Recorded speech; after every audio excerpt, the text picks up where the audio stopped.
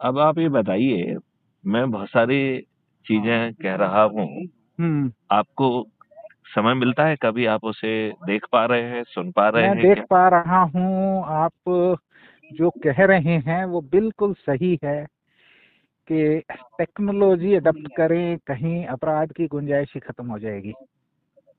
लेकिन वही बात नहीं, के मैं सरकार को बहुत बड़ी बात कह रहा हूँ। ये जो बात जी। आप कह रहे हैं, ये तो कुछ साल पुरानी है। ये तो अच्छा। 2017 2019 की बात है ये। नहीं, ये जब मैं 2 साल पहले भी मैं देख रहा था, यही बातें चल रही थी। नहीं, अब एक्चुअली उस मैं अ, एक छोटा सा निवेदन करूं आपसे। हाँ हाँ। एक अपने ग्रुप में है रघुवीर शरण साहब। ओके। तो वो बहुत एक अलग ही टेंजेंट पे बात करते हैं, तो फिर मेरा थोड़ा लगता है यार कुछ कुछ ज्यादा ही हो रहा है। तो इसलिए थोड़ा देखो, सा बेसिकली इंटरेस्ट कम मैं हो जाता इसलिए है। नहीं करता हूँ क्योंकि हम्म। उनको जहां से जो भी चीज मिलती है हाँ। वो उसे परोस देते हैं। उनका अपना हाँ ओरिजिनल जी। कुछ नहीं रहता है। हाँ जी। ही इज तो a teacher from Ashok Nagar. Okay okay. Isagarh से वो एक वयोवृद्ध इंसान है। हम्म। और उन्होंने अपने प्रयासों से लगभग 350 400 लोगों को क्राइम फ्री भारत से जोड़ा है। जी। हाँ जी। तो he is enjoying a very special status. हमने उनको संगठन मंत्री भी कहा है, जी जी जी। जस्ट हाँ जी। बिकॉज। तो अ, अभी मैथिली शरण गुप्त बहुत बड़े दावे कर रहे हैं। हम्म। जैसे पहला दावा तो यही है कि हमारे राजनेताओं ने हमको हम्म। स्वतंत्रता ही नहीं दी है। हम्म। हमें ट्रांसफर ऑफ पावर के तहत स्वाधीनता तो मिल गई, हम्म। लेकिन हमारे राजनेताओं ने हमारे ऊपर वही प्रशासनिक व्यवस्था, वही नियम कानून थोप के रखे हैं हम्म। जो अंग्रेजों ने भारतीय गुलामों को अपमानित करने के लिए, उत्पीड़ित करने के लिए, शोषित करने के लिए, हम्म। लॉर्डशिप करने के लिए बनाए हुए थे। बिल्कुल। इस बात से आप कहाँ तक सहमत हैं? बिल्कुल सही है। मैं मतलब 100% तो नहीं कहूंगा, हम्म। लेकिन मैं इसमें ये जोड़ूंगा कि वो जो कर रहे हैं हम्म। वो इंक्रीमेंटल कर रहे हैं, 1-2%, आधा परसेंट के दिखे कि हाँ हम आपके लिए चिंतित हैं, हम नहीं आपके लिए नहीं, देखिए ये देखिए, कर दिया। 1% आधे परसेंट की बात नहीं है। सवाल हम्म। आत्मा की है। हम्म। क्या आत्मा बदली गई है? नहीं, आत्मा नहीं, वो कंट्रोल वैसा ही चाह रहे हैं, वो सत्ता करेक्ट। वैसी ही चाह रहे मतलब हैं, वो गुलामों निरंकुशी के चाह रहे हैं। समय जो भारतीयों को कंट्रोल किया जाता था, जी अब बिल्कुल। आज के राजनेता भी वही कर रहे हैं। बिल्कुल। और वो आपको अच्छा भारत नहीं देना चाहते हैं। हाँ जी। राइट। हाँ जी दूसरी बिल्कुल। अवधारणा है कि क्या आपके राजनेता आपको अच्छे राजनेता देना चाहते हैं? Now this is the second question, you have to hmm. Answer about that. 2014 के इलेक्शन के बाद हाँ हाँ। मुझे लगा एक बार को, और वो शायद उस वक्त ठीक लगा, हम्म। कि एक ऐसा व्यवस्था हो रही है जिसमें इलेक्शन में पैसा, हाँ, बाहुबल, इनका वर्चस्व जो है वो काफी कम हो जाएगा। हम्म। और इस टाइप की व्यवस्था ये ले आ सकते हैं कि हाँ, दो बातें थी उसमें भी कि एक तो लीडर जो हैं वो अपने बल पे ला रहे हैं, तो वो ए को खड़ा करे, बी को खड़े करे, कोई सक्षम हो अक्षम हो कोई फर्क नहीं है, वो उसके नाम पे या एक मुद्दे के नाम पे लेके आ रहे हैं। लेकिन वो भी अवधारणा हाँ, थोड़ी सी लगा 2019 में बलवती हो रही है, लेकिन अब तो बिल्कुल ही ध्वस्त हो गई है वो।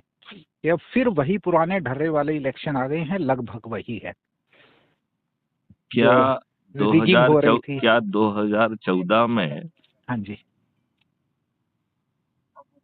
चुनाव में टिकट देने का आधार हम्म। क्या जाति, धर्म, संप्रदाय, संकीर्ण राजनीति नहीं थी? अभी भी है वो, उस वक्त भी था, आज भी था, ठीक। 2019 में भी था, आज भी है, और बीच में मतलब जितने भी इलेक्शन, चाहे वो पंचायत के हुए हों और चाहे वो लोकसभा के हुए हों और चाहे राष्ट्रपति जी का हो, सभी में वही एंगल जो है। पैरामाउंट कंसिडरेशंस वही हैं। ओके। फिर जो है, इन सब के आधार पर जिस व्यक्ति को शॉर्टलिस्ट कर रहे हैं, हम्म। उसके लिए एक लिटमस टेस्ट है जिसको हम विनेबिलिटी कहते हैं। हम्म। और विनेबिलिटी में ये क्या देखते हैं हम्म। कि यदि ये व्यक्ति दुष्ट है तो विनेबल है, हाँ। यदि ये व्यक्ति अपराधी है, महाबली है, गुंडा है, मावावली है, तो ये जेल के अंदर से भी जीत जाएगा। हाँ। तो ये विनेबल है। यदि कोई धन बली है तो वो विनेबल है, राइट? तो विनेबिलिटी के कॉन्सेप्ट के आधार पर हाँ। आप किसी को टिकट दे रहे हैं और फिर जीतने के लिए वही हथकंडे अपना रहे हैं, और हर कोई अपना रहा है, इवन केजरीवाल भी वही हथकंडे अपना रहा है। सारे तो हथकंडे क्या हैं? फ्रीबी, दारू बांटना, पैसे बांटना, साड़ी बांटना, मुर्गे की टांग बांटना, और सब्ज वाग दिखा के गरीबों के वोट को खरीदना, और जिनके वोट से जीत के आप बने हैं उनको रिप्रेजेंट ना करना। हाँ, कोई जवाबदेही नहीं है, उनको सिस्टम में कोई रिप्रेजेंट कर ही जवाबदेही नहीं नहीं रहे हैं। यू आर रिप्रेजेंटिंग पार्टी, और बिल्कुल। पार्टी भिप से बंधे हुए अत्यंत ही मजबूर प्राणी हैं। बिल्कुल, अत्यंत ही मजबूर प्राणी है, बिल्कुल। राइट? तो ये डेमोक्रेसी कहाँ हुई? Democracy is government of the people, by the people, for the people. ये तो government of the party, by the party, for the party हो गया। बिल्कुल। तो ये, इसे आप डेमोक्रेसी कहेंगे या पार्टी कृषि कहेंगे? नहीं, पार्टी कृषि। करेक्ट। अब मैथिली शरण गुप्त कह रहे हैं कि भाई साहब आप हमारे साथ आ जाओ और एक छोटा सा संकल्प ले लो कि हमें अच्छा भारत चाहिए। मैथिली शरण गुप्त 9 दिन के सरल उपाय के तहत आपको अच्छा भारत देने की स्थिति में 10वें दिन आ जाएंगे। लेकिन लोग बाग ये छोटा सा संकल्प क्यों नहीं ले पा रहे हैं? और छोटे से 4 सरल उपाय हैं, उन्हें मिस्टर डीडी महेश्वरी जी आप सुनना चाहेंगे? हाँ, बिल्कुल। ओके। तो पहला, ये हमने इसको नए युग की सत्यनारायण कथा कहा है। जी। क्या कहा है? नए युग की सत्यनारायण कथा, राइट? तो सत्यनारायण कथा ओरिजिनल क्या थी? जब नारद भगवान, नारद ऋषि महोदय मृतलोक का भ्रमण कर रहे थे, तो उन्होंने विभिन्न लोगों को अनेक कष्टों को झेलते देखा और वो दुखी होकर वैकुंठ धाम गए और विष्णु भगवान से प्रार्थना की कि भाई साहब आपके मित्रलोक में क्या क्या हो रहा है, कोई सरल उपाय बता दीजिए। तो फिर उन्हें सत्यनारायण की कथा बताई गई। उस सत्यनारायण की कथा में बहुत सारे पैंच थे कि आप संकल्प लोगे तो शायद आपकी लकड़ियां बेचोगे तो दुगने भाव में बिक जाएंगी, ठीक है ना? लेकिन आपको जो है ना प्रसाद बनाना होगा, भाई बंदियों को इकट्ठा करना होगा, कथा सुनाना होगा। यदि आप कथा संकल्प के बाद भी कराना भूल गए तो हो सकता है सत्यनारायण भगवान नाराज हो जाएं और राजा आपको बिना जो है ना सुने जेल में डाल दे। ऐसे ढेर सारे पैच थे उसमें, थे कि नहीं थे? बिल्कुल। तो मैथिली शरण गुप्त को कॉस्मोस ने कहा कि मैं आपको इससे भी सरल उपाय बताता हूँ कि आपको जो है, जिसमें ना तो आपको कोई प्रपंच करना है, ना कोई संकल्प करना है, ना कोई कथा सुनना है, ना सुनाना है, ना कोई प्रसाद का लवो है, लेकिन जन कल्याण होगा, इसलिए हमने उसे नए युग की सत्यनारायण कथा कही है। और ये सत्यनारायण कथा केवल कहने का तरीका है, क्योंकि इसके माध्यम से आप 9 दिन में 100 करोड़ हो सकते हैं। तो इसमें ये टेक्नोलॉजी ड्रिवन है। इसका पहला अध्याय कह रहा है कि आप अपने मोबाइल को उठाइए और YouTube चैनल को खोलिए और उस पर क्राइम फ्री भारत मिशन लिखिए। ये चैनल आपको मिल जाएगी। ये मैथिली शरण गुप्त की चैनल है, फॉर्मर डीजीपी की, जिसमें 7000 से भी अधिक वीडियोज हैं जो ये समझा रहे हैं कि आपको अच्छा भारत कैसे मिलेगा और आपको कोई तकलीफ नहीं करना होगी।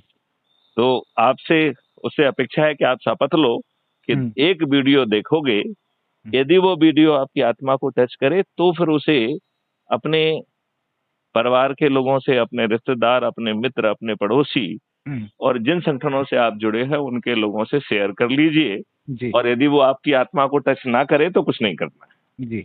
इसके साथ ही सत्यनारायण कथा का पहला अध्याय समाप्त हो जाता है। ठीक है ना?